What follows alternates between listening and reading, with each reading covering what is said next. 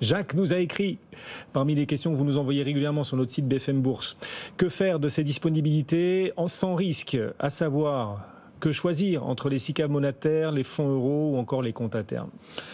On vient d'en parler, donc évidemment, depuis que l'on connaît ces hausses des taux progressifs, je rappellerai quand même qu'entre 2013 et 2022, on a mis 9 ans de baisse des taux. Et puis là, en 9 mois, on est passé de 0 à 4% sur les taux directeurs. Et donc, bien évidemment, le compte à terme, les SICAV monétaires ont trouvé un regain. Un regain qui repose bien évidemment sur le fait que le taux sans risque, au jour le jour, s'est adossé au taux directeur de Banque Centrale, 4%, je rappelle, pour la BCE.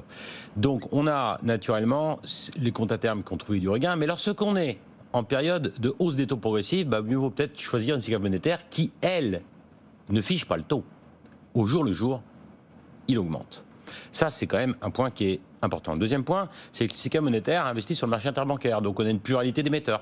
Donc, c'est important. Compte à terme, on a un seul émetteur, votre banque. Vous êtes le créancier de la banque et bien évidemment, le risque, il est plus concentré. On fige un taux et on a un risque qui est concentré. Puis, le troisième élément qui est important, c'est la fiscalité. Sur le compte à terme, c'est des intérêts de créance. Et c'est taxé, bien évidemment, au moment où l'intérêt est payé. Tandis que sur une SICAV, c'est une plus-value qu'on déclare à l'année N+1 et sur laquelle on peut imputer des moins-values qu'on pourrait avoir par ailleurs sur le marché des actions, sur le marché obligataire l'année dernière, puisque les marchés ont été désagréables et qu'on a un report de ces moins-values. Donc actuellement, je plaiderais plus pour la SICAV monétaire, d'autant plus que si on a une stagnation des taux, la SICAV monétaire aura cet intérêt aussi de liquidité.